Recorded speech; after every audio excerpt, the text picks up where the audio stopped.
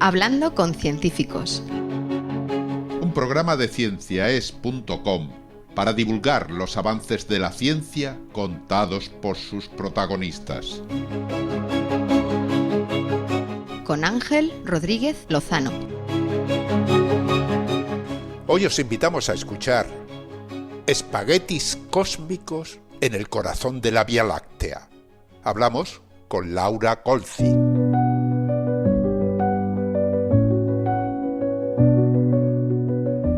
En el corazón de la Vía Láctea, a unos 26.000 años luz de la Tierra, se encuentra una de las regiones más turbulentas y fascinantes de nuestra galaxia. Allí, en las proximidades del agujero negro supermasivo Sagitario A estrella, enormes nubes de gas y polvo se entrelazan formando una compleja red. Un equipo internacional de científicos, entre los que figura nuestra invitada, Laura Colzi, investigadora del Centro de Astrobiología, ha logrado obtener, con el radiotelescopio ALMA, el mapa más grande y detallado de la química de esta región. La imagen revela una intrincada maraña de filamentos de gas frío, auténticos espaguetis cósmicos. Una imagen construida con un gigantesco mosaico de miles de observaciones que nos revelan cómo es el corazón de nuestra galaxia. Muy bien, Laura, vamos a tomar. Hoy hablamos con Laura Colzi, es investigadora postdoctoral con una beca, Junior Leader Fellow, la Caixa, que ya nos explicará en qué consiste. Ella está en el Centro de Astrobiología. Bueno, ante todo un saludo, Laura. Muchísimas gracias por participar en Hablando con Científicos. Muchas gracias Ángel por invitarme a hablar de este proyecto. Bueno, Laura me decía antes de comenzar que ella es italiana y que, bueno, puede que alguna palabra se le vaya, pero como podéis oír, habla estupendamente español. Bueno, ya veremos al final. De acuerdo. Bueno, pues hablamos de la imagen más grande de un tipo de muestra química, eso ya nos explicarás en qué consiste, oculta en el corazón de la Vía Láctea. Corazón de la Vía Láctea, empecemos por ahí, ¿no? ¿A dónde nos vas a llevar? Vale, podéis imaginar si apagamos todas las luces o si vamos de noche por la ciudad donde no hay luces, podemos levantar la vista y atravesando la mirada se puede notar esa franja blanquecina que cruza el cielo. Esa es la Vía Láctea, ¿no? Es nuestra galaxia. Bueno, aquí en la ciudad la verdad es que no se ve desde hace muchísimo tiempo. Hay que ir un poco más. Hay que irse al campo, ¿no? Sí. Efectivamente, al campo es mejor. Y justo ahí, en el centro, la zona más brillante, es el centro de la Vía Láctea. Entonces vamos a viajar 26.000 años luz de la Tierra. Eso significa un año luz, que es el recorrido que hace la luz en un año. Entonces esto multiplicado por 26.000 veces. Tienes que viajar muchísimo. Y ahí llegamos al centro de nuestra galaxia, el corazón.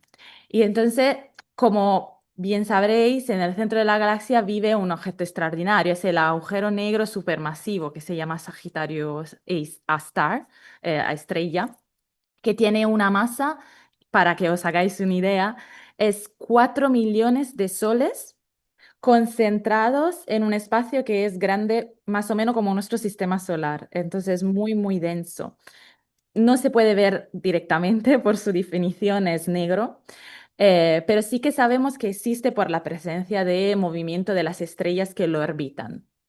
Y bueno, podéis recordar que en 2022 se vio por primera vez una imagen de una silueta oscura rodeada por ese anillo brillante de gas caliente que se hizo con el telescopio del Event Horizon, que en realidad era un conjunto de radiotelescopios que estaban en muchos sitios en el mundo, que juntos no observaron directamente, sino esa es una imagen radioastronómica, como la que hablaré después.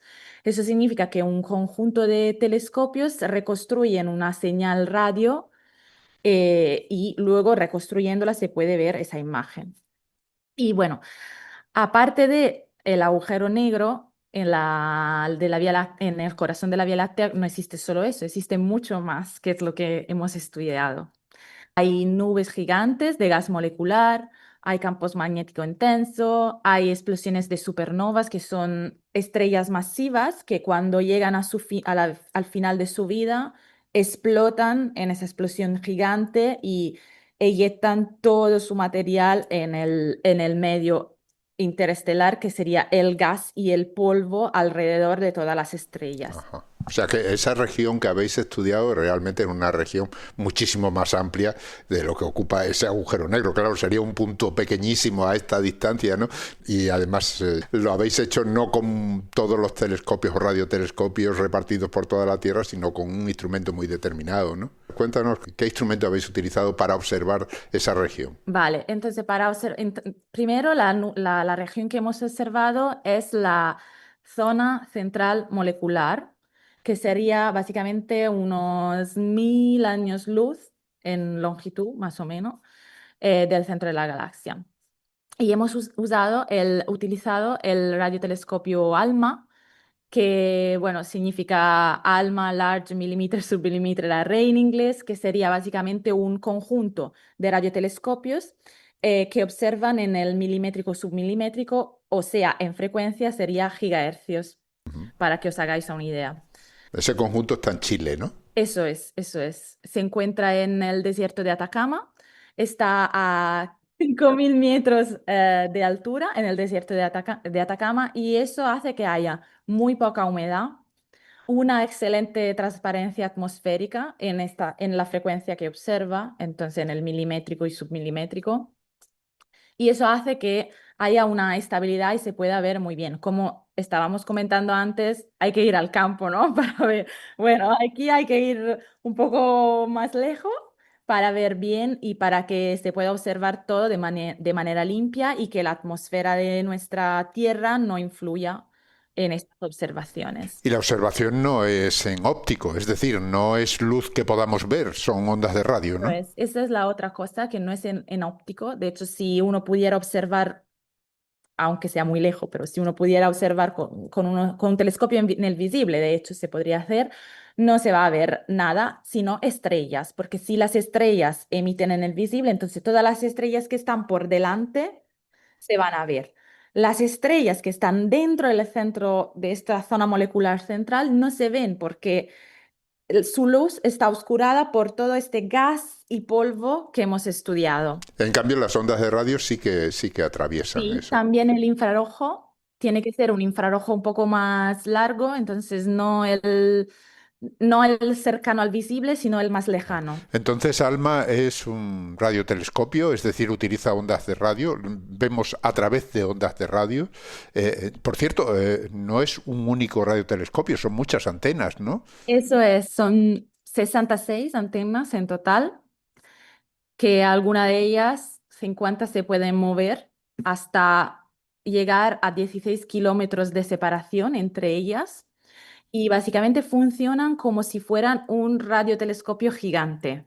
Y entonces eso permite de llegar a resoluciones, eso significa a poder distinguir dentro de las imágenes que hacemos zonas muy pequeñas, que eso es lo que hace increíble el trabajo que hemos hecho. Bien, ALMA se ha utilizado, lo habéis utilizado dentro de este proyecto. Este proyecto tiene las siglas, según he podido ver, ACES, o como lo decís con el argot inglés, ACES.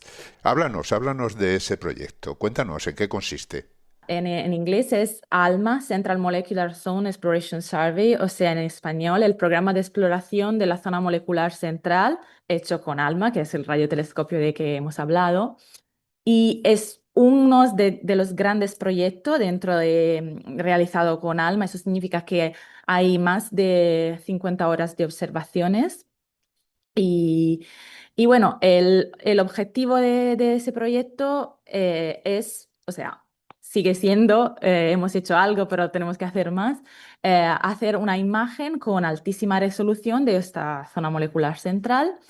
Y los objetivos científicos son de varias formas, porque en el centro de la galaxia sabemos, por ejemplo, que el gas no forma estrellas de manera muy eficiente, cosa que sí pasa en el disco de la galaxia. O sea que se forman menos estrellas en el centro de la galaxia, que es donde se supone que hay más concentración de materia que en los alrededores. ¿Eso a qué se debe? ¿Cómo es posible? Eso es un muy buen punto. Hay mucha más materia. De hecho, hay más del 80% del gas denso, que es el gas que se supone que formará estrellas por su densidad, está dentro del centro de la galaxia. Pero se ha visto que no se forman tantas, mucho menos de lo que se forma en el disco de la galaxia. O sea, la eficiencia es mucho menor. Y eso se debe, bueno, ahora gracias a estas nuevas imágenes que hemos hecho, ya sabemos más y sabemos mejor cómo es esta estructura. Ya se sabía antes que hay mucha turbulencia dentro del centro de la galaxia.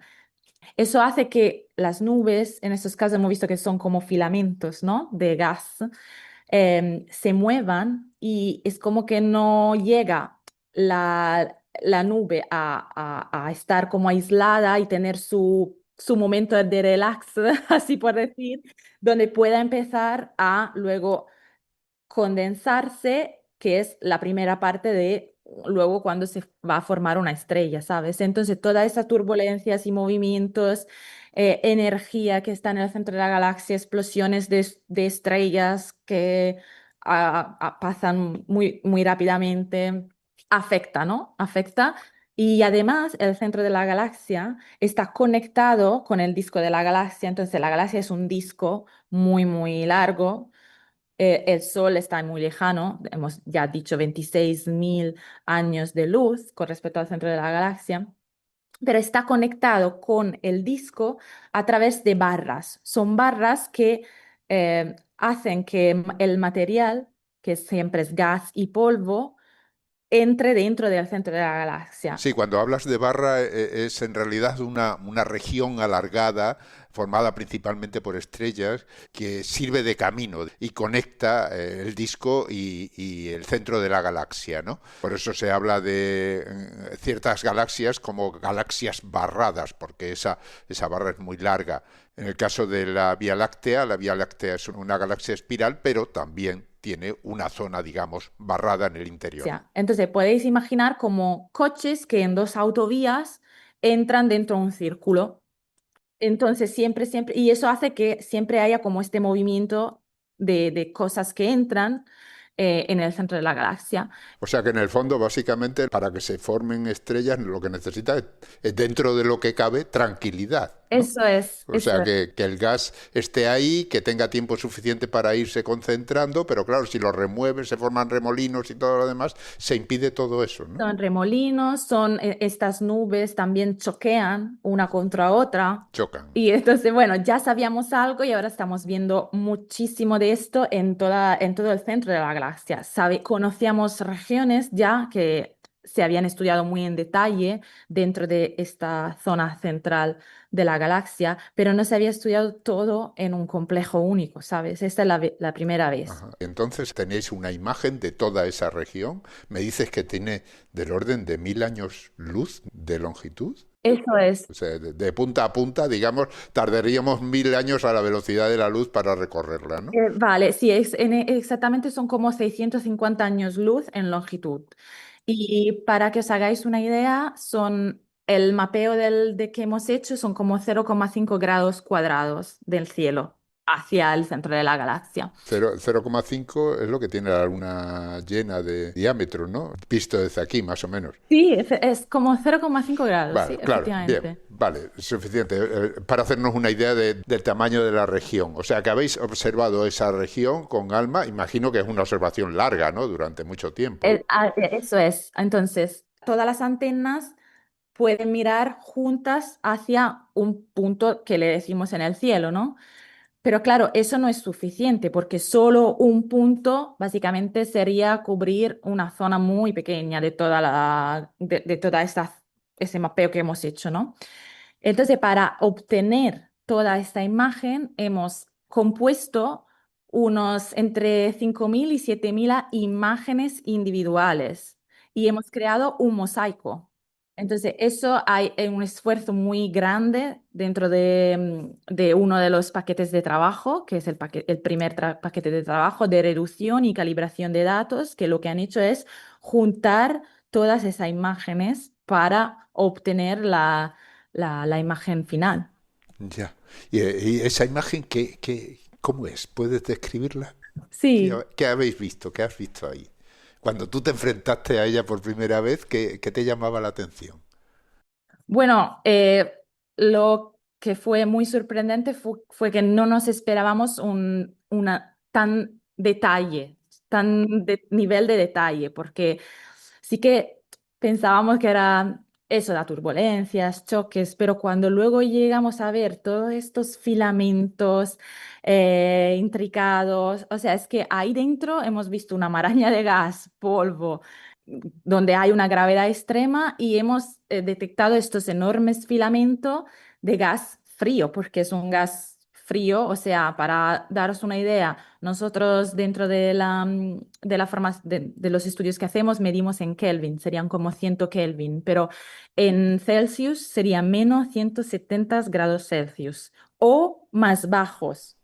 Ajá, o sea, esa es la temperatura del gas que habéis medido ahí. Hablas de filamentos. ¿Qué es un filamento?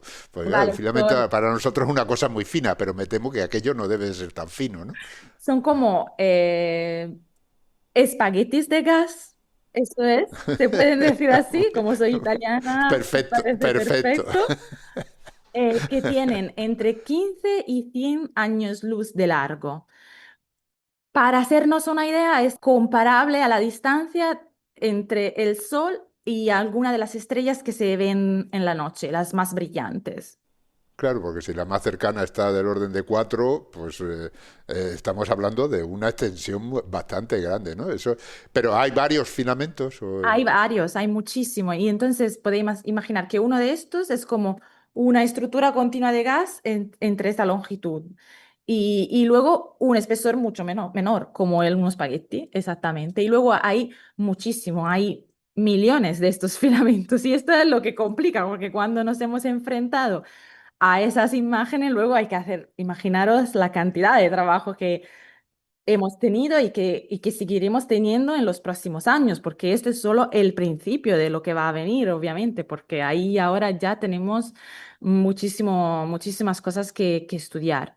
Y eso no se había observado nunca. A ver, se había observado la zona molecular central, sí se había observado, se ha mapeado con antenas eh, singular, Sí, únicas o una única antena. única, eso Sí. es, No únicas. como ALMA, que es un conjunto de 60 y tantas antenas. Y eso no te da el detalle. Entonces se puede saber un promedio de las propiedades, por ejemplo, del polvo, que es las mapas donde se ven todos estos espaguetis, y de distintas moléculas, que esa es otra cosa, porque un radiotelescopio como ALMA te permite no solo de dar una idea de eso, cómo emite el gas y el polvo en promedio, sino que para cada imagen que hemos hecho de estas 5.000 o 7.000 hay un espectro, o sea, tenemos la información a distintas longitudes de onda. Y ahí, de hecho, hay otra imagen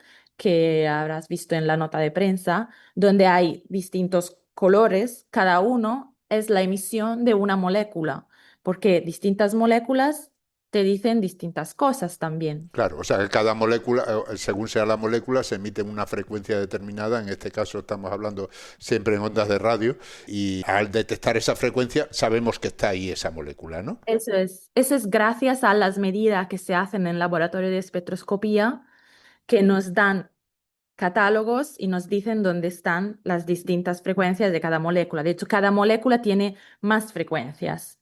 Entonces, eso nos ayuda porque no es solo una, hay más. Entonces, más detectamos, más vemos, seguros estamos que es esa molécula. Vale. ¿Y son moléculas de qué tipo? Por ejemplo, el monóxido de carbono, que es un carbono y un oxígeno juntos, es la más abundante y es la que básicamente te da la información de dónde está el gas denso. La más abundante sería el H2, o sea, 2 hidrógeno. El problema es que no se puede ver, porque siendo una molécula simétrica, por sus propiedades, las frecuencias no caen en el radio, entonces no se puede observar. Claro, o sea que cada uno tiene su frecuencia específica, quiere decir que podríamos hablar de colores entre comillas, Eso ¿no? es. Como sería su color específico y entonces esas no caen dentro de lo que ve Alma, ¿no? O sea que eso viene bien, ¿no? Porque debe de ser el más abundante, si no oscurecería toda la imagen. De hecho, usamos el CO como un proxy, esa palabra no sé cómo se dice en español. Una aproximación. Una aproximación, sí, de dónde está el H2, como la segunda más abundante. Ah, claro, o sea, como vemos el amigo, suponemos que Eso es, lo que hay alrededor también está, ¿no? el amigo del H2. Sí. Luego tenemos otras moléculas como el HCN, que sería un hidrógeno, un carbono y un nitrógeno, o el HC3N, que es igual, pero en lugar de un carbono lleva 3 carbonos. El HCO+, que es un ion. Todas estas moléculas son igual, te dicen dónde está el gas denso. Y luego hay moléculas más complejas. Entonces, ahí más complejas para nosotros que estudiamos formación estrellar o astroquímica, no es la complejidad de un químico. Para nosotros, moléculas complejas son las que tienen al menos 6 átomos, que para un químico es una molécula muy simple. Sí, Y sí, para claro. que os hagáis una idea, hemos detectado el metanol, el etanolo, muy famoso, la acetona. O sea que vamos, está ahí, digamos, si nos vamos a un bar, encontramos todo eso, Eso ¿no? es. Bueno, esas son moléculas que habéis ido detectando. ¿Se habían detectado ya o es la primera vez? No, Sí, no, no alguna. es la primera vez. Es la primera vez que se pueden mapear en todo el centro de la galaxia. También quiero decir que esta es la primera imagen, el primer mapeo así con gran resolución del centro de la galaxia, pero también con ALMA, con el radiotelescopio ALMA, el mapeo más grande que se ha hecho en cualquier sitio. O sea, no se había hecho un mapeo tan grande con todas estas imágenes que hemos juntado. O sea, no solo en el centro de la galaxia, sino también en otros proyectos de otras colaboraciones. Esa imagen, claro, has hablado de filamentos que realmente son estructuras donde se acumula el gas, ¿no? ¿Y por qué existen esos filamentos? No, uno siempre tiende a pensar una nube más o menos uniforme ahí en el centro, todo el gas, digamos, dando vueltas, y tú me estás diciendo que no, que sigue determinados caminos y le da preferencia a una dirección, a unos lugares y otros. De hecho, es una cosa que estamos estudiando ahora. No lo tenemos muy claro. Probablemente se debe al hecho que hay esta dinámica muy turbulenta. Entonces, el gas sabemos que se mueve a grandes velocidades. Estamos hablando de kilómetros por segundo. Y tienen esta fuerte turbulencia y las órbitas que presenta el gas no es circular. Y entonces todo esto crea los filamentos y también hay que, como decía antes, se juntan, estas nubes moleculares chocan y básicamente al centro del choque se puede crear un filamento, ¿no? Porque es como el gas que se aplasta en un cierto lugar. Sí, o sea, se enfrenta un frente con otro y al encontrarse se concentra la materia, ¿no? Eso es. Y todo esto dentro de muchísimos años. Y se hace, sigue siendo dentro de muchísimos años. Muy bien, Laura, vamos a tomarnos un pequeño descanso y continuamos enseguida.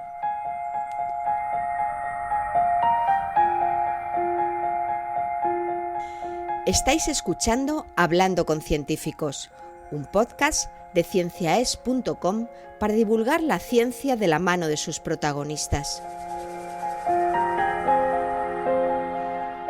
En nuestra página web, cienciaes.com, podéis encontrar más de 500 entrevistas con científicos de todas las disciplinas. Os invitamos a escucharlas y compartirlas en redes sociales con vuestros amigos y conocidos. Cienciaes.com ofrece un conjunto de podcasts de acceso libre y gratuito a través de iTunes, Spotify, Google Podcasts, iVoox, TuneIn y muchas más plataformas. Todo en cienciaes.com.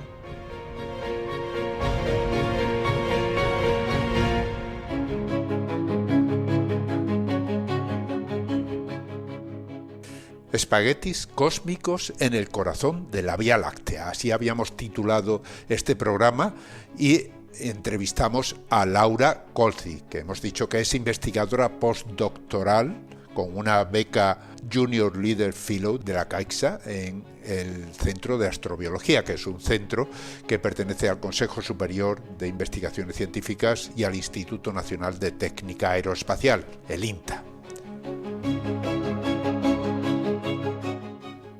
Laura, hablabas de esa región del corazón de la galaxia donde habéis estado tomando imágenes con el radiotelescopio ALMA y donde habéis descubierto una serie de filamentos en los que se distribuye el gas dentro de esa zona cercana al agujero negro de la galaxia.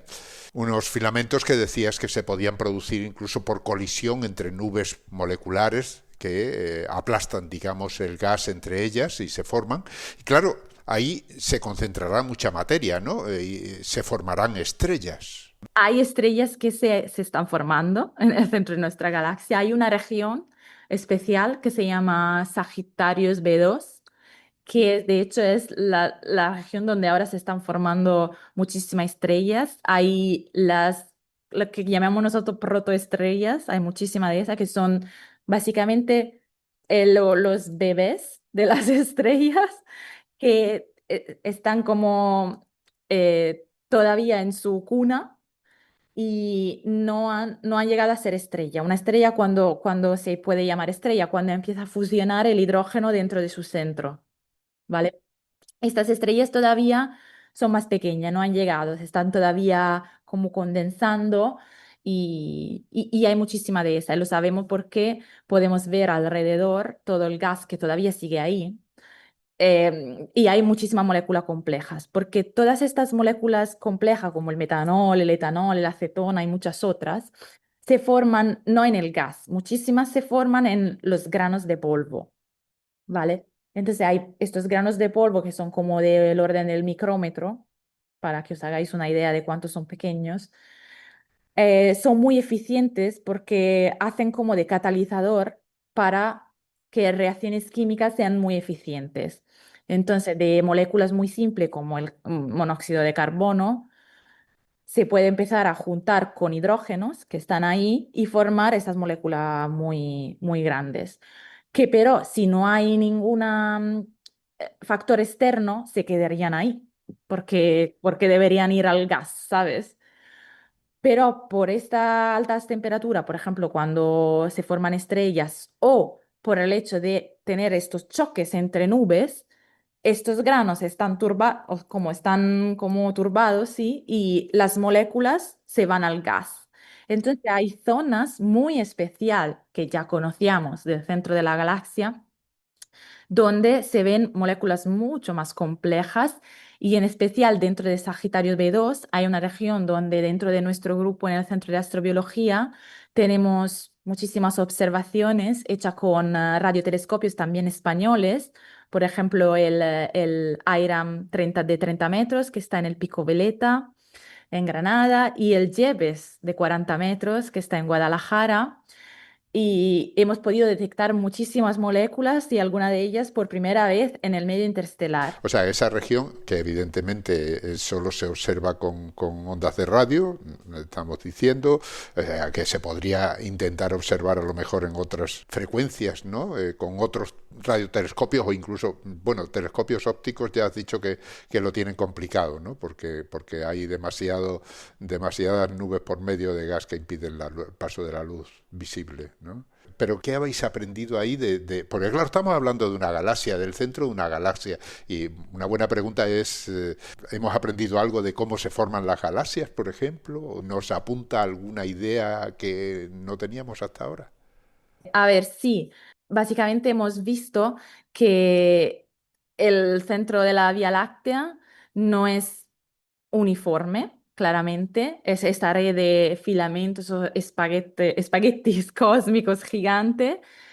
Y lo más claro que estamos aprendiendo es que aunque sea un caos, en algún sitio dentro de esta zona central, la materia se va organizando, se fragmenta y, como ya os he comentado, en algunos casos que estamos estudiando, porque en algunos casos es más probable y algunos no, comienza este proceso que da lugar a la formación de estas estrellas. ¿Por qué son importantes estos hallazgos? Porque el centro de nuestra galaxia es el único que podemos estudiar con este gran detalle.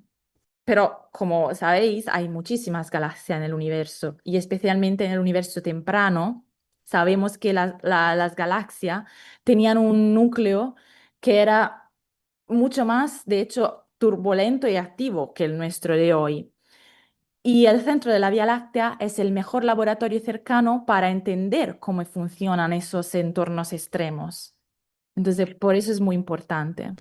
Yo había visto en alguna ocasión, cuando representan imágenes de la observación del universo lejano, había visto yo imágenes en las que se veían también filamentos, pero filamentos que estaban formados de galaxias, mucho más lejanos. Esa repetición de estructuras es interesante, os llama la atención, porque claro, hablamos de filamentos ya en un ámbito del universo en general y filamentos ahí en el centro de la galaxia.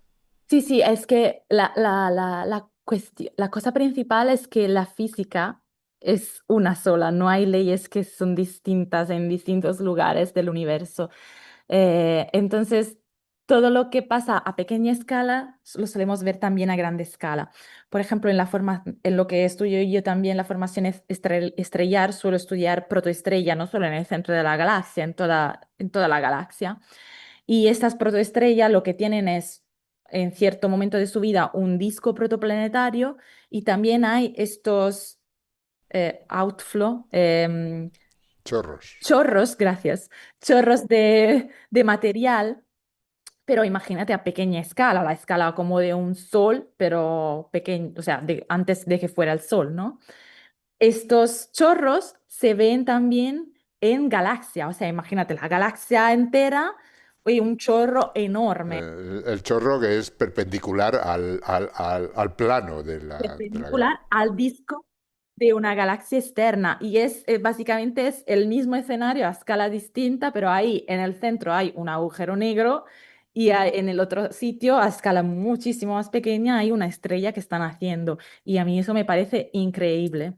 Y lo mismo pasa con los filamentos. En el caso de galaxia externa, probablemente esos filamentos que tú recuerdas son filamentos que conectan con otras galaxias, porque las galaxias lo que hacen es juntarse y mientras se juntan, el material, el gas y el polvo se va como eso, crea esos filamentos que juntan las dos galaxias por la gravedad. Ajá, muy interesante, la verdad es que es impresionante, ¿no? Lo que lleva un trabajo de estos que al final luego se reduce a un artículo, dos o cinco, ¿no? Pero Bueno, esperemos que haya mucho claro, más. eso te iba a Esperemos. preguntar, mirando así al futuro, ahí tenéis trabajo para mucho tiempo, ¿no?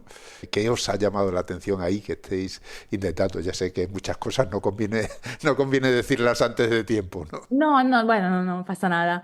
A ver, por la química, por ejemplo, lo que iremos haciendo es buscar todas las regiones que tienen moléculas complejas. Nos esperaremos como un asiento de estas regiones que no se conocían. O sea, alguna de estas sí, como decía, dentro de esta nube, el Sagittarius B2, se conocían, pero todo el resto del centro de la galaxia no se conocen. Entonces la iremos buscando, bueno, ya la estamos buscando, y eso nos dará información también sobre cuántos de estos choques o protoestrellas pueden llegar a formar estas protoestrellas, porque donde hay moléculas complejas, como decía antes, en estas fuentes que estamos buscando se formarán protoestrellas. Entonces dará como una estadística de cuáles son las nubes moleculares que formarán estrellas, que hasta ahora no se sabe, no se sabía, ¿vale? O sea, hasta ahora había observaciones que podían dar una idea, una estimación, pero indirectamente. Ahora se puede medir directamente cuántas de estas nubes moleculares llegarán a formar estrellas. O sea que las nubes moleculares pueden tener unas determinadas moléculas que de alguna manera darían idea de una evolución en ese entorno que llevaría a una estrella, ¿no? Eso es, porque si hay una estrella en el centro, que eso también lo sabemos porque otro trabajo que está saliendo es sobre estos núcleos densos. Estas son observaciones simplemente en el continuo, o sea, no estamos estudiando molécula, pero ahí probablemente es donde habrá una estrella, pero no todas. Entonces, luego llegamos nosotros que vamos estudiando la química y si ahí luego también detectamos ciertas moléculas, porque hay una protoestrella que está calentando este polvo donde se han formado estas moléculas que así vemos en el gas. Y si la vemos es porque probablemente hay una protoestrella dentro. Luego hay que analizar las propiedades físicas de las moléculas para decirlo con seguridad. Ah, o sea que, claro, cuando vosotros detectáis una molécula es porque una de dos, o ha emitido luz o ha absorbido luz. Es decir, En este entonces, caso en emitido, ese sí. caso emite luz y, claro, quiere decir que algo, de algún sitio tiene que salir la energía, ¿no? También es verdad que hay alguna que puede estar en absorción, porque si la observamos directamente hacia donde está la protoestrella, entonces el gas que está por delante, parte de la línea, que sería una línea en emisión, podría ser absorbida. Y ahí también es una indicación de que hay una estrella. Claro, o sea, una molécula nos puede indicar que existe bien porque absorbe una determinada energía que viene detrás o bien porque la emite, ¿no? Porque se La emite. calienta y la emite. Eso Ajá. es. Cuando miráis uno de esos filamentos, ¿os podéis fijar en uno en concreto y buscar en él alguna característica determinada o solo veis esa red de filamentos y por ahora no os habéis acercado tanto? Ya se ha hecho un trabajo donde se ha ido buscando filamentos en particular que se vieron con el SiO, que sería silicio y oxígeno, que es una molécula que traza material eyectado de los polvos, pero sobre todo por choques. Y entonces serían filamentos que se formaron por estos choques, como decía antes, esos espaguetis que se formaron porque dos nubes aplastaron ese gas. Y entonces se ha hecho como una estadística y también otra cosa que podemos estudiar muy bien con estos datos no es solo la resolución espacial, sino la información del espectro. O sea, tenemos una información en algunas moléculas del espectro muy alta que nos da información sobre la dinámica de estos filamentos. Entonces podemos ver, por ejemplo, si a lo largo del espagueti la velocidad varia y eso nos da una idea de su dinámica. Nos podría dar una idea también de una zona si va a colapsar o no, dependiendo de cuánto la velocidad dentro de ese espagueti o ese nube, porque también hay alguna nube que son como esferas, no solo hay filamentos, no se ve desde la imagen esa que hemos publicado, pero si tú haces zoom, también hay esas nubes que son más esféricas y que probablemente ahí se van a formando estrellas, Bueno, ¿no? muy interesante. Habéis encontrado ahí una mina de datos, ¿no? De información. Una mina. Habrá datos para años ahí. ¿Ha cambiado la visión que tenías tú de esa zona de la Vía Láctea? ¿Ha cambiado tu visión de cuando empezaste a estudiar estas cosas? A ver, lo que ahora pienso y que antes no me imaginaba es que hay muchas más fuentes súper interesantes que habrá que estudiar con mucho más detalles que yo no pensaba que iban a verse en el centro de la galaxia. Entonces, aparte de todos los datos que hemos recompilado con ALMA dentro de este proyecto, se irán haciendo otros proyectos. Entonces, observaciones, alguna probablemente con ALMA o con otros telescopios de otras moléculas.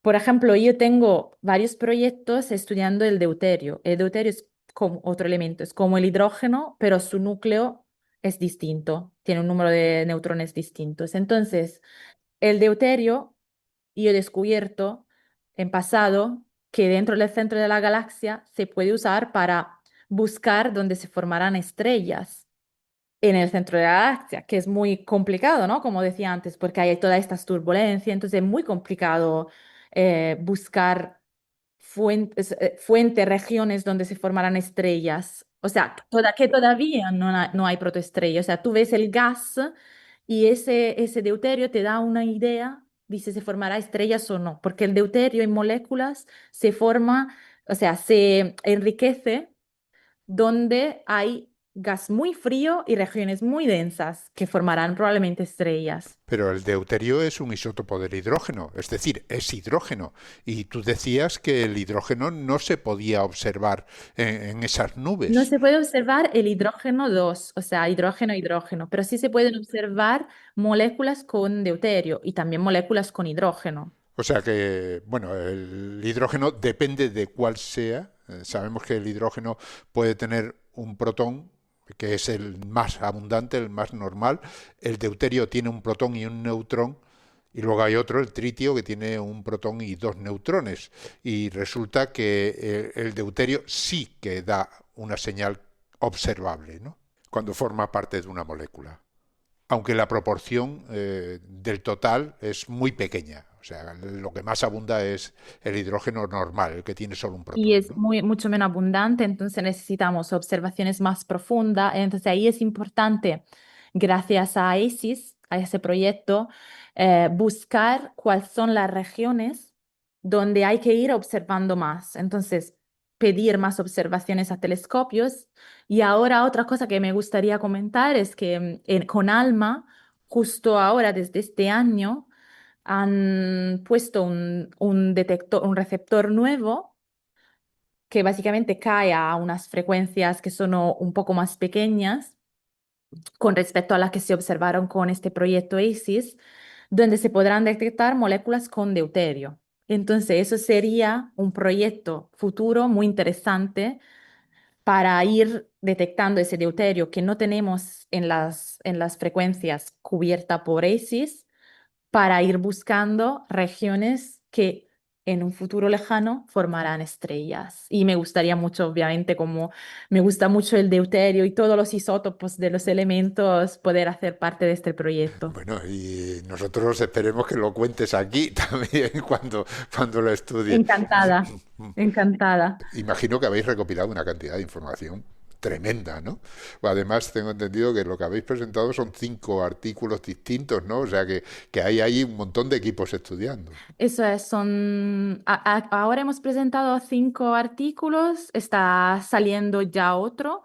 Y bueno, presentamos ya algún trabajos previos, pero no eran las mapas completas, eran como trabajos más pequeños hacia ciertas fuentes y saldrán muchos más trabajo. De hecho, uno sobre la química está a punto de salir y otro donde estamos estudiando todos los núcleos densos, o sea, los más pequeños de que alguno de ellos a lo mejor podría formar estrellas, ya iremos viendo dentro del centro de la galaxia. Y la colaboración efectivamente es muy extensa, es un grupo internacional que está compuesto por más de 160 científicos de todas las edades, podemos decir, académicamente hablando, de estudiantes de máster hasta profesores, y trabajamos en más de 70 instituciones en Europa, América del Norte, América del Sur, Asia, Australia.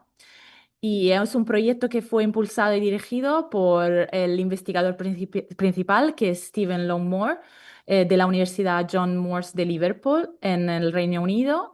Y bueno, y luego hay los coinvestigadores principales, hay varios. Está Ashley Barnes, que ahora trabaja en el Observatorio Europeo Austral, Cara Battersby, en la Universidad de Connecticut, John Bally, que está en la Universidad de Colorado Boulder.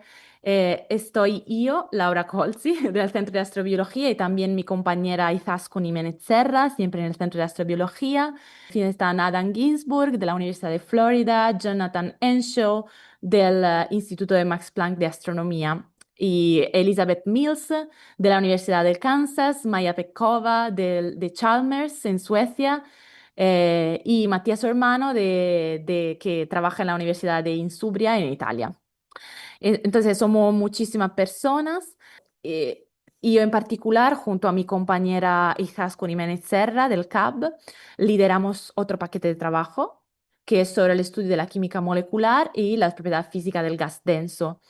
Y en particular nos encargamos de detectar la distinta molécula, pero no solo por estudiar la química, que es interesante para nosotros porque estudiamos, de hecho, somos astroquímicas, pero porque también trazan y te pueden dar informaciones sobre la física, como os he contado antes. Bueno, hemos hablado ya de todo esto, el tiempo se nos echa encima y a mí me gusta siempre que al final cuentes, contéis vuestra historia, ¿no? Nos escuchan estudiantes, a algunos se puede sentir inspirado, incluso puede decidir de buenas a primeras si está estudiando bachillerato que quiere dedicarse a la astrofísica o a estudiar el centro de la galaxia y quizás lo tengas dentro de unos años ahí de colaborador. Pero sé, anímale. Venga, Vale, cuéntame vale. primero tu ejemplo. ¿Cómo es que te has dedicado a esto? Primero, ¿qué hace una chica como tú en un sitio como ese? Porque dices que eres italiana. Eso es, eso es. Yo soy italiana, entonces hice todos mis estudios en Italia y de pequeña, eso podía parecer como el cuento de todos, ¿no? Me gustaba mucho mirar al cielo y eso es cierto, o sea que yo me recuerdo que cada verano estaba con mis padres mirando las estrellas y le hacía un montón de preguntas, era muy curiosa de todo esto. Pero nunca, nunca, cuando tenía 10 o 15 años, me planteé que ese podía ser un trabajo. O sea, para mí era mirar las estrellas de pequeña con mis padres, de un poco mayor con mis amigos, le contabas todas las historias que conocía, pero nunca pensé que iba a ser mi trabajo. De hecho, yo cuando elegí el instituto en Italia, hice contabilidad. O sea, entonces no estudié nada de física.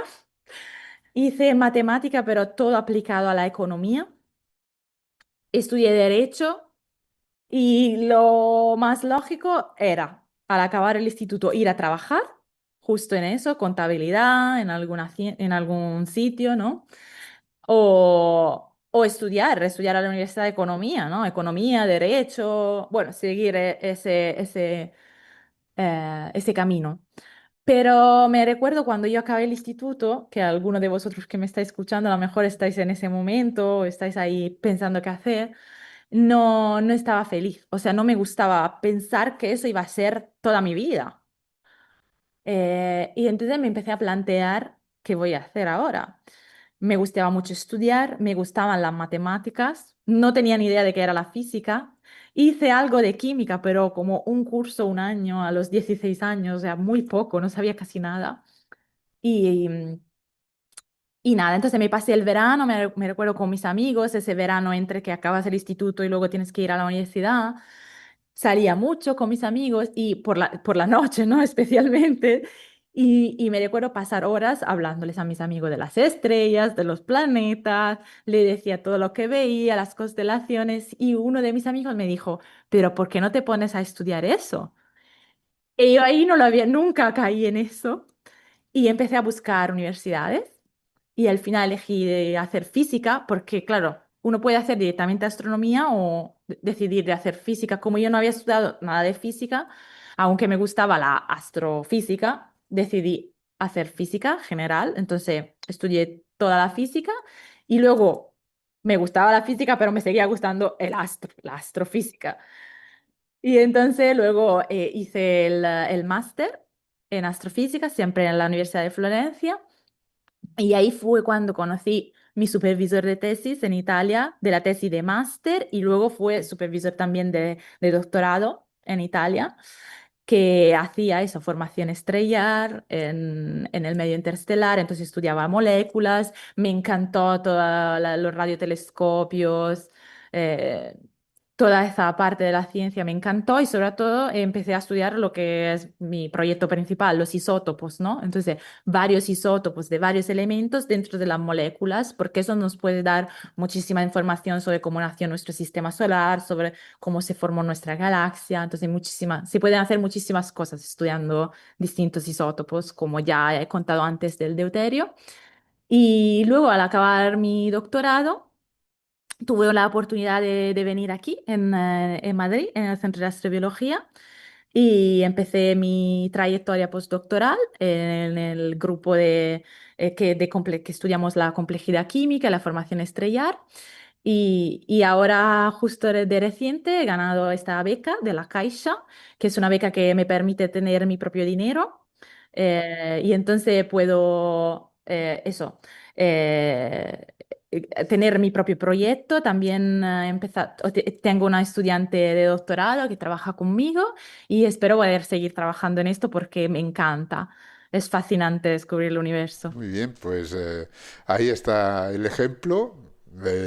Aquí en este programa la verdad es que llevamos más de 500 ejemplos y ninguno había empezado la carrera como tú. Es la primera vez que oigo algo así, aunque sí hay desde luego mucha variedad. La prueba de que al final el camino se encuentra, no se nace con él. Y sobre todo va llegando, o sea, no es algo... Yo soy muy perfeccionista, a mí me gustaría saber todo lo que hago cada día, pero no es así, o sea, las cosas van llegando y lo que menos te esperas. Muy bien, muy interesante. Bueno, pues nos hemos hecho una idea de ese trabajo. Por supuesto, dentro de un tiempo, cuando vuelvas a sorprendernos con alguna investigación de la que estás haciendo, pues esperamos que vengas a contarla.